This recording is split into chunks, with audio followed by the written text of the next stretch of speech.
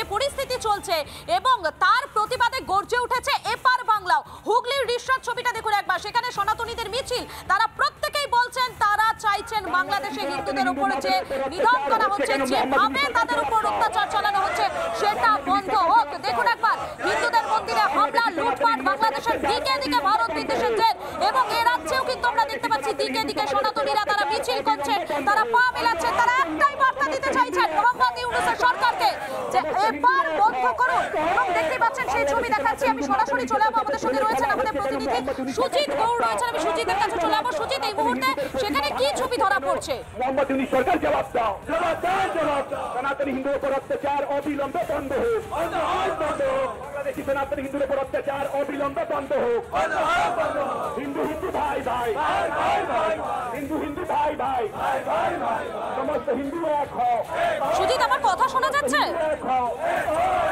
বাংলাদেশি সনাতনী হিন্দুর উপর অত্যাচার অবিলম্বে বন্ধ হোক, বাংলাদেশি সনাতনী হিন্দুর উপর অত্যাচার অবিলম্বে বন্ধ হোক, বাংলাদেশি সনাতনী হিন্দুর উপর কোনো যান্ত্রিক গোলযোগের কারণে সুজিত হয়তো আমার কথা শুনতে পাচ্ছে না, কিন্তু সেই ছবিটা আমরা আপনাদেরকে দেখাচ্ছি। দেখুন, হাতে প্ল্যাকার্ড নিয়ে এবং দেশের জাতীয় পতাকা নিয়ে হুগলিতে সেখানে সনাতনীদের মিছিল, সেখান থেকে একটাই বার্তা, হিন্দুদের উপরে যা করা হচ্ছে বাংলাদেশে সেটা বন্ধ করতে হবে এই ইউনূস প্রশাসনকে। সব থেকে হাস্যকর বিষয় কি জানেন তো, এই মোহাম্মদ ইউনূস যিনি কিনা নোবেল পেয়েছেন শান্তির জন্য, শান্তিতে যিনি নোবেল পেয়েছেন, তার দেশের এই অবস্থা দেখুন একবার। তার দেশের দিকে দিকে হিন্দুদের উপর অত্যাচার, লাগাম ছাড়া অত্যাচার, তাদের বাড়িতে হামলা, লুটপাট, এবং তারই প্রতিবাদে গর্জে উঠেছেন এপার বাংলার সনাতনীরাও।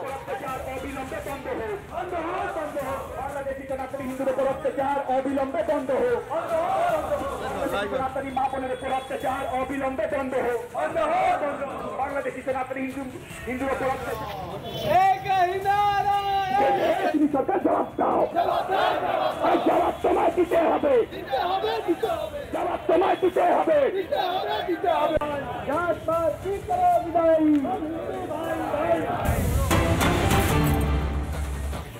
বাংলাদেশে হিন্দুদের উপর অত্যাচার, এবারে বাংলাদেশের প্রাক্তন সেনার আজব দাবি। কলকাতা দখলের দাবি বাংলাদেশের প্রাক্তন সেনাকর্তার। কেউ বলছেন 4 দিনের মধ্যে দখল করা হবে কলকাতা, কেউ বলছেন 7 দিনের মধ্যে দখল করা হবে কলকাতা। ভারত আমেরিকা বাংলাদেশের সামনে টিকবে না, হাস্যকর দাবি বাংলাদেশের প্রাক্তন সেনাকর্তার। কলকাতা দখল করা এতটাই সহজ, ভারতের অবদান একেবারেই ভুলে গেলেন মোহাম্মদ ইউনূসের সরকার।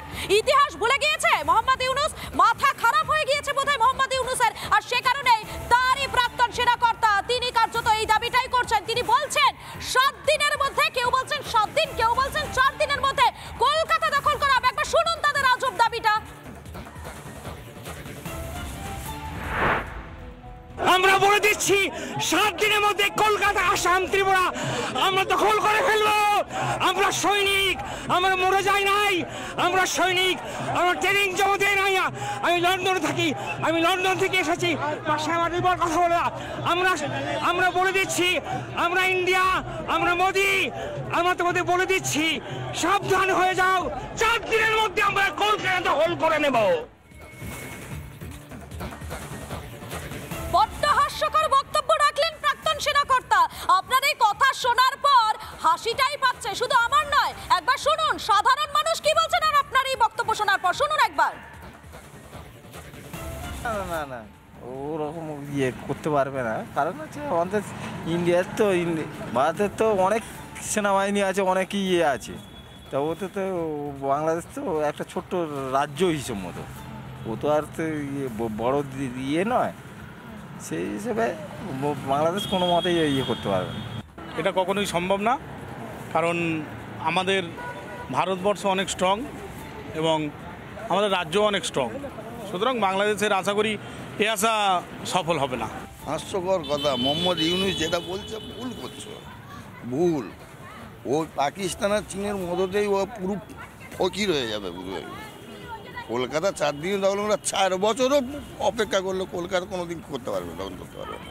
কখনো হতে পারে ওটা, এটা তো মানে কি বলবো, চরম হাস্যকর। আমার তো মনে হয় না এরকম কিছু হবে বলে।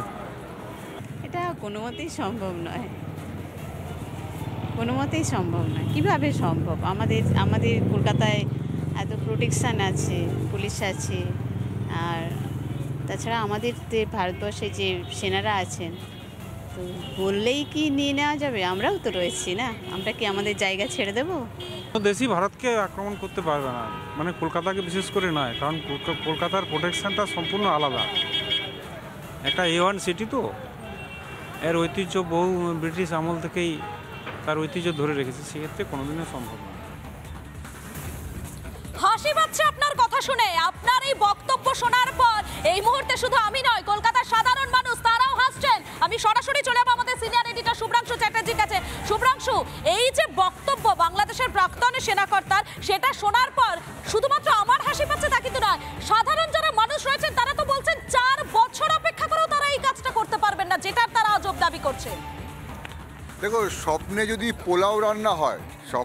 পোলাও রান্না হয়, কতটা ঘি দেবে না দেবে সে তো নিজের ইচ্ছা মতো দিচ্ছে, কিন্তু অত ঘিও তো ওদের কাছে নেই।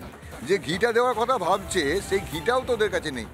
আর যারা রাস্তায় দাঁড়িয়ে এইসব কথাগুলো বলছে, মানে বাংলাদেশের রাস্তায় বেরিয়েছে, বাংলাদেশের রাস্তায় এখন অনেকেই যখন তখন যে কেউ বেরিয়ে যাচ্ছে, বেরিয়ে গিয়ে যা তা বলছে। এতদিন তো ওখানে হিন্দুদের ধরে মারছিল, এখন হিন্দু মারতে মারতে ক্লান্তি লাগছে। 33% হিন্দু ছিল, এখন কমে হয়েছে 7%-এর মতন। হিন্দুদের মারধর করে কাটাকাটি করে ক্লান্ত হয়ে যাচ্ছে, অত রক্ত দেখে একটু মাঝে মাঝে অন্য স্বপ্ন দেখছে। সেই স্বপ্নের মাঝে কলকাতা চলে আসে, 4 দিনে কলকাতা। এ তো মানে এটা একটা ভয়ঙ্কর ব্যাপার।